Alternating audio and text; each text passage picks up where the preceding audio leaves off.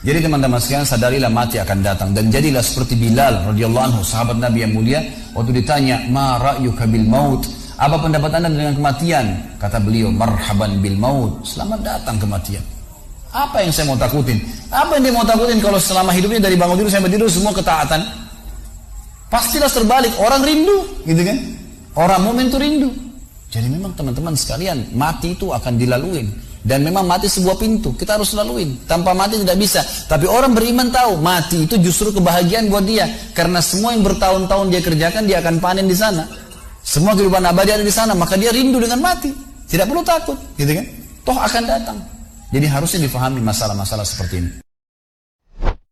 Kita berlomba dengan maut, dengan kematian. Dan kita tidak tahu kapan waktu kita untuk berpulang. Karena itu mohonlah selalu kepada Allah untuk menjaga kita dalam ketakwaan terbaik dan mempertahankan keimanan saat kita kembali kepada Allah. Saya mohon pada Anda, kalau diperkenankan hanya untuk mencium tangan Anda, memohon saya cium tangan Anda malam ini. Saya mohon, buka lembaran baru kehidupan kita. Tidak ada manusia yang sempurna, kita bukan malaikat. Kemarin kita salah, siang tadi kita salah, tapi kita bisa berubah. Kalau Anda bisa memilih yang baik, kenapa mempertahankan yang buruk? Karena itu, jika Anda tidak mampu berlomba dengan orang soleh meningkatkan ketakwaan, berlombalah dengan para pendosa untuk bertobat kepada Allah Subhanahu wa Ta'ala. Assalamualaikum warahmatullahi wabarakatuh. Dalam Islam, ada dua jenis kiamat, yakni kiamat sugro dan kiamat kubro. Dalam bahasa sederhana, diartikan sebagai kiamat kecil dan kiamat besar. Kiamat kubro adalah akhir semesta atau akhir zaman. Pada saat itu, seluruh makhluk mati, terkecuali yang dikehendakinya tetap ada. Sementara, kiamat sugro adalah kiamat kecil, yakni kematian makhluk. Kiamat sugro ini, merupakan peristiwa individu yang dialami oleh setiap individu pada saat kematian, atau hari akhirnya sebagai individu. Keyakinan terjadinya kiamat, juga terkait dengan kepastian bahwa tiap umat manusia akan meninggal.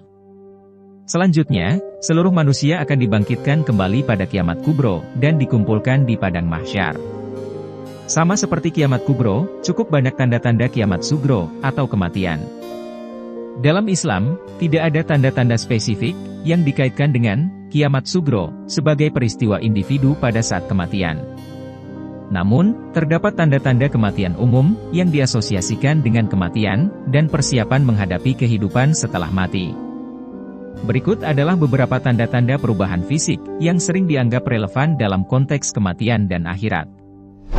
1. Lebih banyak tidur. Dalam banyak kasus, seseorang yang telah berusia sangat tua, maupun mengalami sakit kritis, akan terlihat sering tidur menjelang kematiannya.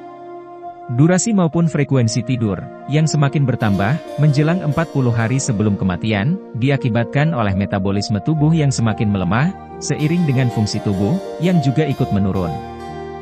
Jika orang terkasih kalian memperlihatkan ciri-ciri itu, jangan interupsi waktu tidurnya. Ini merupakan reaksi alami tubuh, untuk membuat dirinya lebih banyak beristirahat.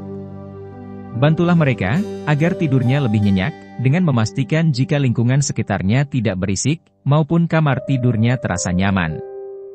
Jika mereka sudah merasa lebih bertenaga, barulah kalian dapat membantunya sedikit bergerak di tempat tidur. 2. Nafsu makan menurun. Ciri-ciri umum berikutnya, yang diperlihatkan oleh seseorang yang akan meninggal, adalah jarang makan. Dalam kasus tertentu, mereka bisa saja benar-benar berhenti makan dan minum sebelum meninggal dunia.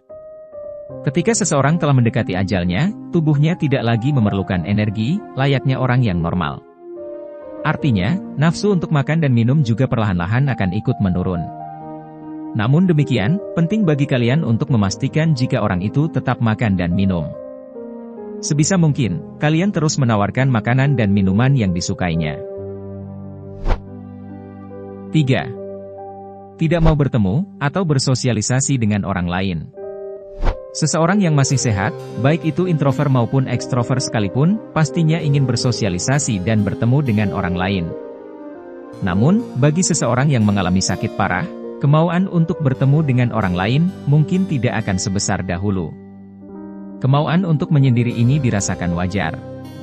Tidak ada seorang pun yang mau terlihat lemah, dan tidak berdaya di depan orang lain, terutama di hadapan orang-orang yang dicintainya.